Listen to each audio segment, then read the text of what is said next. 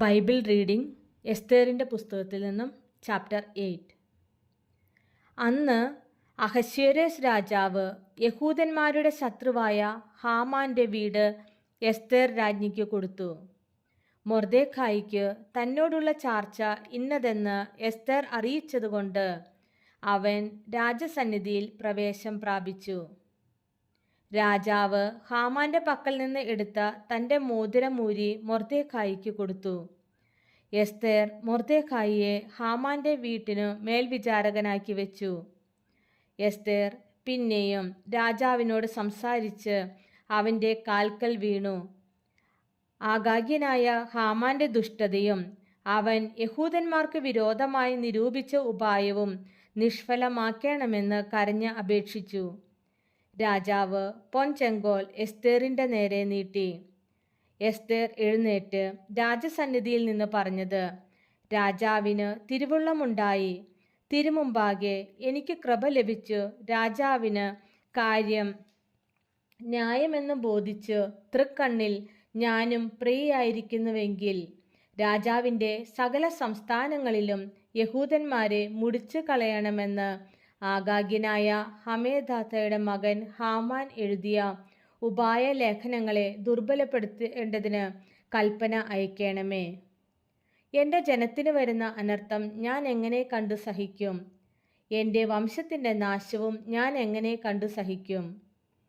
അപ്പോൾ അഹശ്വേരോസ് രാജാവ് എസ്തേർ രാജ്ഞിയോടും യഹൂദനായ മൊർദെഖായിയോടും കൽപ്പിച്ചത്: ഞാൻ ഹാമാൻ്റെ വീട് എസ്തേറിന് കൊടുത്തുവല്ലോ. അവൻ യഹൂദന്മാരെ കയ്യേറ്റം ചെയ്യുവാൻ പോയതുകൊണ്ട് അവനെ കഴുമരത്തിന്മേൽ തൂക്കിക്കളഞ്ഞു. നിങ്ങൾക്ക് ബോധിച്ചതുപോലെ നിങ്ങളും രാജാവിൻ്റെ നാമത്തിൽ യഹൂദന്മാർക്ക് വേണ്ടി എഴുതി രാജാവിൻ്റെ മോതിരം കൊണ്ട് മുദ്രയിടുവിൻ.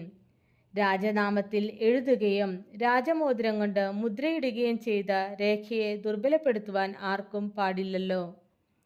അങ്ങനെ സീവാൻ മാസമായ 3-ാം മാസം 23-ാം തീയതി തന്നെ രാജാവിൻ്റെ രായസക്കാരെ വിളിച്ചു. മൊർദെഖായി കൽപ്പിച്ചതുപോലെയൊക്കെയും അവർ യഹൂദന്മാർക്കും ഹിന്ദുദേശം മുതൽ കൂശ് വരെയുള്ള 127 സംസ്ഥാനങ്ങളിലെ രാജപ്രതിനിധികൾക്കും ദേശാധിപതിമാർക്കും സംസ്ഥാന പ്രഭുക്കന്മാർക്കും അതത് സംസ്ഥാനത്തിലേക്ക് അവിടുത്തെ അക്ഷരത്തിലും അതത് ജാതിക്ക് അതത് ഭാഷയിലും യഹൂദന്മാർക്ക് അവരുടെ അക്ഷരത്തിലും ഭാഷയിലും എഴുതി.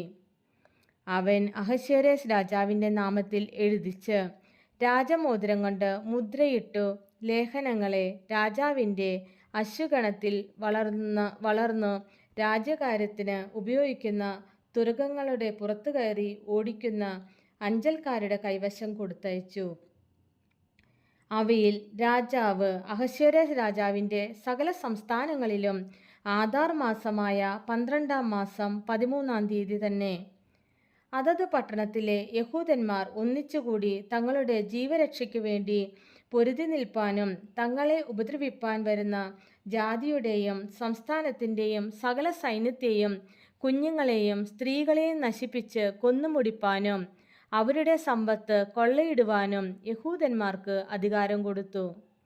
അന്നത്തേക്ക് യഹൂദന്മാർ തങ്ങളുടെ ശത്രുക്കളോട് പ്രതിക്രിയ ചെയ്യുവാൻ ഒരുങ്ങിയിരിക്കണമെന്ന് സകല ജാതികൾക്കും പരസ്യം ചെയ്യേണ്ടതിന് കൊടുത്ത തീർപ്പിൻ്റെ പകർപ്പ് ഓരോ സംസ്ഥാനത്തിലും പ്രസിദ്ധമാക്കി. അങ്ങനെ അഞ്ചൽക്കാർ രാജകീയ തുരകങ്ങളുടെ പുറത്തു കയറി രാജാവിൻ്റെ കൽപ്പനയാൽ നിർബന്ധിതരായി ബന്ധപ്പെട്ട് ഓടിച്ചുപോയി. ശൂഷൻ രാജധാനിയിലും തീർപ്പ് പരസ്യം ചെയ്തു. എന്നാൽ മൊർദെഖായി നീലവും ശുഭ്രവുമായ രാജവസ്ത്രവും വലിയ പൊൻകിരീടവും ചണനൂൽ കൊണ്ടുള്ള രക്താംബരവും ധരിച്ച് രാജസന്നിധിയിൽ നിന്ന് പുറപ്പെട്ടു. ശൂഷൻ പട്ടണം ആർത്തു സന്തോഷിച്ചു. യഹൂദന്മാർക്ക് പ്രകാശവും സന്തോഷവും ആനന്ദവും ബഹുമാനവും ഉണ്ടായി.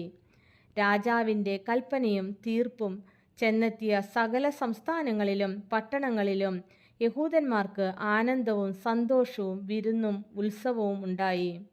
യഹൂദന്മാരെയുള്ള പേടി ദേശത്തെ ജാതികളിന്മേൽ വീണിരുന്നതുകൊണ്ട് അവർ പലരും യഹൂദന്മാരായി തീർന്നു.